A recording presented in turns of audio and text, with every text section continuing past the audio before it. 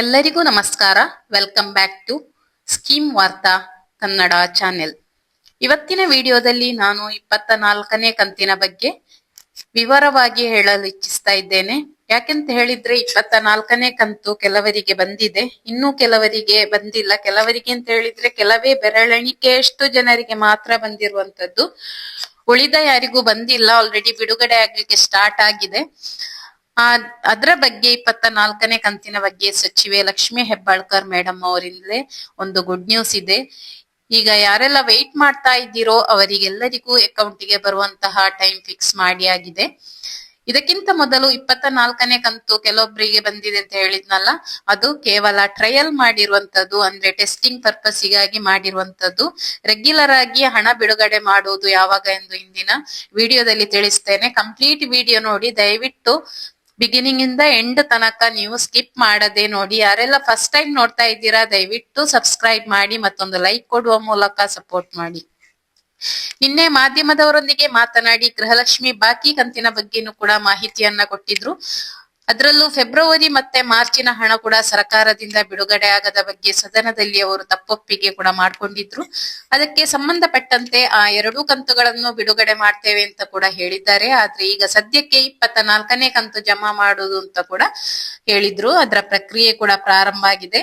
ಅಂದ್ರೆ ಇವತ್ತು ಅಂತ ಹೇಳಿದ್ರೆ ಸೋಮವಾರದಿಂದ ಶನಿವಾರದ ಒಳಗಡೆ ಎಲ್ರಿಗೂ ಈ ಅಮೌಂಟ್ ಬರುವಂತಹ ಸಾಧ್ಯತೆ ಇದೆ. ಈಗ ಯಾರಿಗೆಲ್ಲ 24ನೇ ಕಂತು ಬಂದಿಲ್ಲ ಅವರಿಗೆ ಅವರ ಎಲ್ಲಾ ಫಲಾನುಭವಿಗಳ ಅಕೌಂಟಿಗೂ ಕೂಡ ಸೋಮವಾರದಿಂದ ಶನಿವಾರದ ಒಳಗೆ ಯಾವಾಗ ಬೇಕಾದ್ರೂ ಕೂಡ ಬರ್ಬೋದು. ಅಂದ್ರೆ ಸೋಮವಾರ ಅಂತ ಹೇಳಿದ್ರೆ ಇವತ್ತು ಮಾತ್ರ ಬರುವಂತದಲ್ಲ, ಅಥವಾ ಶನಿವಾರ ಮಾತ್ರ ಅಲ್ಲ, ಸೋಮವಾರದಿಂದ 7 ದಿವಸ ಅಂದ್ರೆ ಶನಿವಾರ ತನಕ ಕೂಡ ಒಂದೊಂದು ದಿವಸದಲ್ಲಿ ಹೇಗೆ ಅವರು ಮೊದಲು ಕೂಡ ಒಂದು 30% ಫಸ್ಟ್ ಗೆ ಬರುತ್ತೆ, ಮತ್ತೊಂದು 30%, 40% ಈ ರೀತಿ ಬರುವಂತದ್ದು 3 ಲೆವೆಲ್ ಅಲ್ಲಿ ಅವರು ಹಣವನ್ನ ಬಿಡುಗಡೆ ಮಾಡ್ತಾರೆ. ಆಲ್ರೆಡಿ ಡಿಬಿಟಿಯಲ್ಲಿ ಪುಷ್ ಮಾಡಿರ್ತಾರೆ. ಅದು ಅಕೌಂಟಿಗೆ ಬರುವಂತದ್ದು ಅಂದ್ರೆ ಅದು ಯಾವಾಗ ಅಕೌಂಟಿಗೆ ಬರ್ಲಿಕ್ಕೆ ಸ್ಟಾರ್ಟ್ ಆಗುತ್ತೋ ಅದು ನೈಟ್ ತನಕ ಕೂಡ ಒಂದು 3 ಗಂಟೆಗೂ ಬರುತ್ತೆ, ಬೆಳಗ್ಗೆ 10 ಗಂಟೆಗೂ ಬರುತ್ತೆ, ಸಂಜೆ 5 ಗಂಟೆಗೂ ಬರುತ್ತೆ, ರಾತ್ರಿ 9 ಗಂಟೆಗೂ ಬರುತ್ತೆ. ಈ ರೀತಿ ಯಾವುದೇ ಟೈಮ್ ಅಂದ್ರೆ ಬ್ಯಾಂಕ್ ಕ್ಲೋಸ್ ಮಾಡುವ ಟೈಮಿಗೆ ಮಾತ್ರ ಅಲ್ಲ, ನಂತರ ಕೂಡ ಬರುತ್ತೆ. ಯಾಕೆಂತ ಹೇಳಿದ್ರೆ ಡಿಬಿಟಿ ಮೂಲಕ ಕಳಿಸುವಂತದ್ದು. ಅದ್ರ ಬಗ್ಗೆನೂ ಕೂಡ ಅವರು ಮಾಧ್ಯಮದವರೊಂದಿಗೆ ಮಾತನಾಡಿದ್ರು. ಸದನದಲ್ಲಿ ಭಾರಿ ಗಲಾಟೆಗೆ ಒಳಪಟ್ಟಂತಹ ವಿಚಾರ ಅಂತ ಹೇಳಿದ್ರೆ ಫೆಬ್ರವರಿ ಮಾರ್ಚ್ ಅದ್ದು ಗೃಹಲಕ್ಷ್ಮಿ ಹಣವನ್ನ ಯಾವ ಫಲಾನುಭವಿಗಳ ಅಕೌಂಟಿಗೂ ಹಾಕಿಲ್ಲ ಅಂತ ಹೇಳಿ ವಿರೋಧ ಪಕ್ಷದ ನಾಯಕರಾದಂತಹ ಆರ್ ಅಶೋಕ್ ಅವರು ಕೂಡ ವಾದ ಮಾಡಿದ್ರು.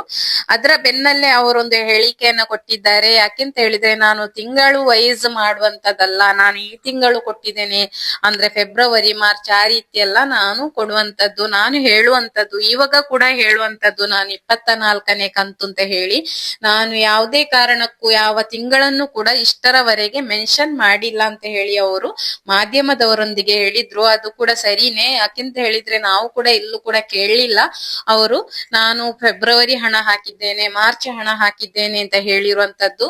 ಯಾವ ಮಾಧ್ಯಮದಲ್ಲಿಯೂ ಕೂಡ ಅವರು ಸುದ್ದಿಗೋಷ್ಠಿಯಲ್ಲಿ ಎಲ್ಲಿ ಕೂಡ ಅವರು ಅದನ್ನ ಹೇಳಿಲ್ಲ. ಅವರು ಹೇಳುವಂತದ್ದು ಅದೇ 20ನೇ ಕಂತು, 21ನೇ ಕಂತು, 22ನೇ ಕಂತು ಈ ರೀತಿನೇ ಹೇಳುವಂತದ್ದು.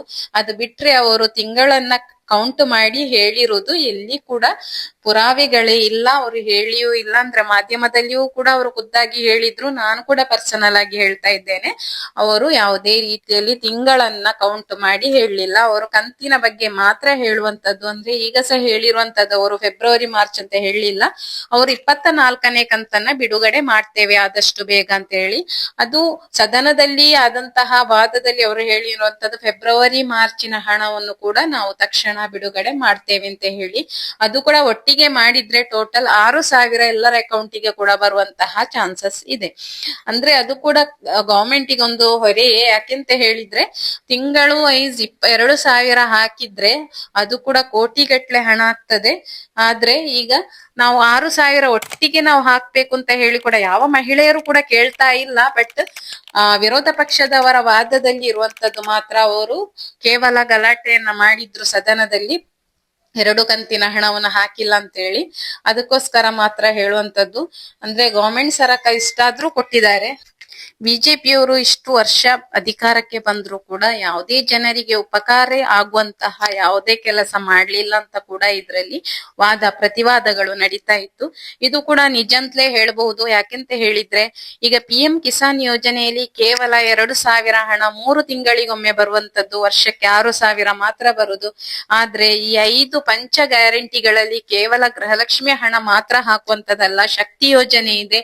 ನಾವು ಡೈಲಿ ಬಸ್ ಅಲ್ಲಿ ಓಡಾಡ್ತಾ ಇದ್ದೇವೆ, ಯಾವುದೇ ಟಿಕೆಟ್ ಹಣವನ್ನು ನೀಡದೆ ಎಲ್ಲಿ ಬೇಕಾದ್ರೂ ನಾವು ಹೋಗ್ತಾ ಇದ್ದೇವೆ. ಅದೇ ರೀತಿ ಗೃಹ ಜ್ಯೋತಿ ಕೂಡ, ಇದು ಕೂಡ ತುಂಬಾ ಉಪಯುಕ್ತವಾದಂತಹ ಒಂದು ಗ್ಯಾರಂಟಿ ಯೋಜನೆ ಆಗಿದೆ. ಇದರಲ್ಲಿ ಕರೆಂಟ್ ಬಿಲ್ ನಮಗೆ ನಾವು ಹೆಚ್ಚು ಯೂಸ್ ಮಾಡಿದ್ರೆ ಮಾತ್ರ ಕಟ್ಟುವಂತದ್ದು, ನಮ್ಮಲ್ಲಿ ಎಬಿಲಿಟಿ ಇದ್ರೆ ಮಾತ್ರ ನಾವು ಹೆಚ್ಚು ಯೂಸ್ ಮಾಡುವಂತದಲ್ವಾ. ಅದು ಕೂಡ ತುಂಬಾ ಉಪಕಾರಿಯಾಗಿರುವಂತಹ ಗ್ಯಾರಂಟಿ ಯೋಜನೆ ಆಗಿದೆ. ಇವತ್ತಿನ ವಿಡಿಯೋದಲ್ಲಿ ಇಷ್ಟೇ ಇರುವಂತದ್ದು. ಇನ್ನು ಲೇಟೆಸ್ಟ್ ವಿಡಿಯೋಗೆ ಸ್ಕೀಮ್ ವಾರ್ತಾ ಕನ್ನಡ ಚಾನೆಲ್ ಅನ್ನ ಸಬ್ಸ್ಕ್ರೈಬ್ ಮಾಡಿ, ಅದೇ ರೀತಿ ನಿಮ್ಮ ಫ್ರೆಂಡ್ಸ್ ಅಂಡ್ ಫ್ಯಾಮಿಲಿಗೆ ಶೇರ್ ಮಾಡಿ, ಅದೇ ರೀತಿ ಒಂದು ಲೈಕ್ ಕೊಡುವ ಮೂಲಕ ಸಪೋರ್ಟ್ ಮಾಡಿ. ವಿಡಿಯೋ ನೋಡಿದಕ್ಕಾಗಿ ಎಲ್ರಿಗೂ ಧನ್ಯವಾದಗಳು. Thank you for watching.